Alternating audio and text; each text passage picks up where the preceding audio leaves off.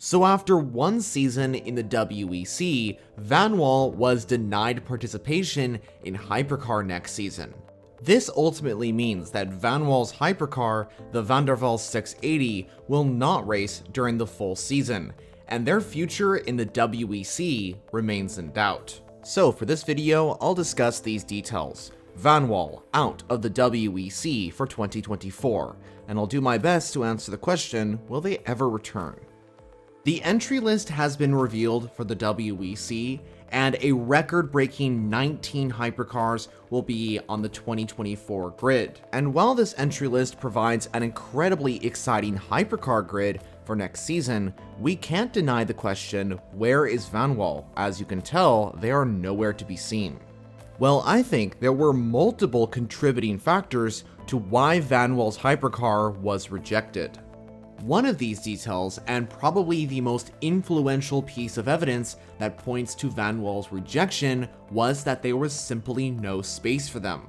Before the entry list was announced, Vanwall's return to the WEC was most definitely up in the air, not because they didn't want to race, but because there might not be space because of the customer Ferrari 499P that was expected to join the grid. For 2024, it was either going to be the Vanwall or the Ferrari, and ultimately we got our answer when the customer Ferrari was confirmed. For 2024, the WEC was targeting a 37-car grid, and with around 16 manufacturers interested in joining, there was just no space for every car. According to motorsport.com, they spoke with Frédéric Lucian, the boss of the World Endurance Championship, and he said it was a hard decision to turn down Vanwall's entry. He stated, "I would prefer to have everyone on the grid, but we have a limited number of cars we can accept, so we had to take some decisions. I think we took some logical and right decisions, even if they were not easy." He went on to say, "I will not give too many comments on these decisions. We have to take our decisions on different criteria, which are clearly written in the sporting regulations, and for Vanwall Racing, some of them were not okay." My next reason isn't as big as the previous one, but I do think it still had an effect on the WEC's decision, and that's because Vanwall's hypercar had to be re-homologated. Weeks before the entry list announcement, Vanwall confirmed that they would be parting ways with Gibson, who was the former engine supplier of the Vanderwall 680. Then, the team struck a deal with the same engine manufacturer who supplied the Glickenhaus hypercar, Pipo Motors. The engine will be the exact same that was used in the Glickenhaus SCG 007, a 3.5-liter twin-turbo V8. Besides the engine, Vanwall is looking to make some other improvements on their Le Mans hypercar, and this was further clarified by team owner Colin Collis in a recent interview with Sportscar 365. He said, after speaking about the engine, "In terms of other relevant stuff, cooling, packaging due to the new engine, suspension updates, aero updates, it was discussed with the FIA that it's better to have a new car homologation." This all essentially means that Vanwall's Le Mans hypercar will have to go through the homologation process once again if they wish to return to the WEC. My third and final factor on why I think the entry was rejected was because of Vanwall's previous performances in the hypercar category. There's no denying it, Vanwall's performance in 2023 wasn't great. And while Collis Vanwall is a very small company and doesn't have the same resources compared to the big manufacturers such as Toyota, Porsche, and Ferrari, for example, they were way off the pace compared to all of them. Their best result during 2023 was finishing 8th in Sebring. Unfortunately, Vanwall also had to retire the car on 4 separate occasions, and while they did make it through the majority of the 24 hours of Le Mans, ultimately Vanwall had to retire the car when it stopped out on track with an engine issue in the final few hours. I hate to say it, but the fact is Vanwall didn't have a good 2023 season, and I think that's one of the factors which led to the WEC's decision. So what's truly next for Vanwall? Will we ever see them return to the WEC? Well, I think there's a strong possibility that we will, actually as soon as 2024.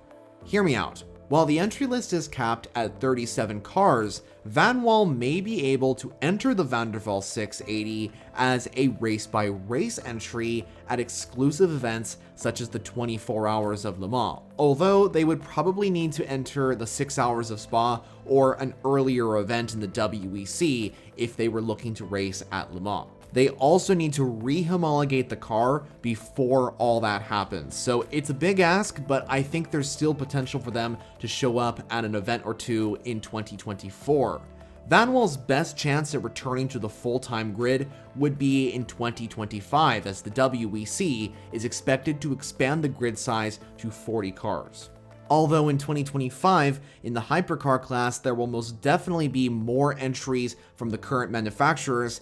Aston Martin is also joining with the Valkyrie LMH, and potentially Acura Honda is coming over as well.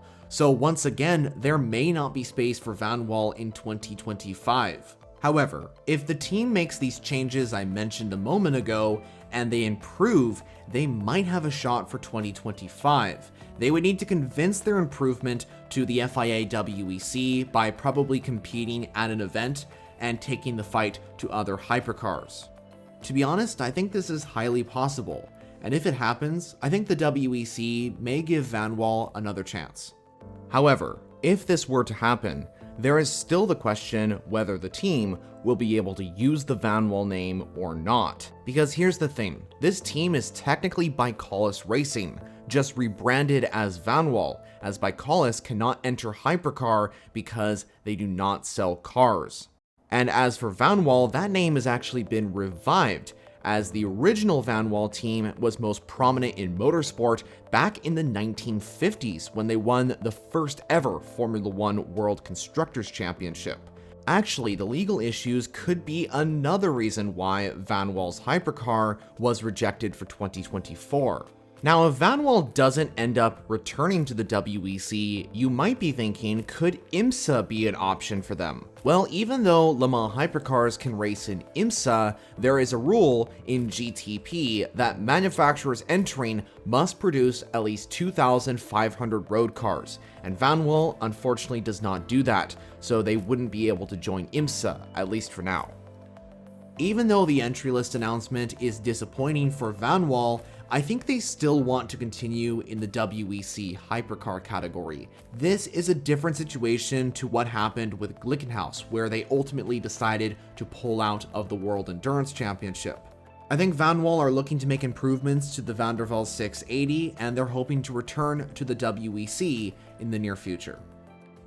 What do you think about this whole situation where Vanwall was denied a 2024 entry? And do you think we'll ever see Vanwall return to the WEC? I'm hoping they return because the more manufacturers the better, but let me know all your thoughts down in the comments. I hope you enjoyed this video, and if you're interested in endurance racing and you're not subscribed yet, I highly suggest you do so. I make content on WEC and IMSA every single week. And speaking of content, here are some videos you can watch right now. So thanks for watching, I'll see you all in the next video.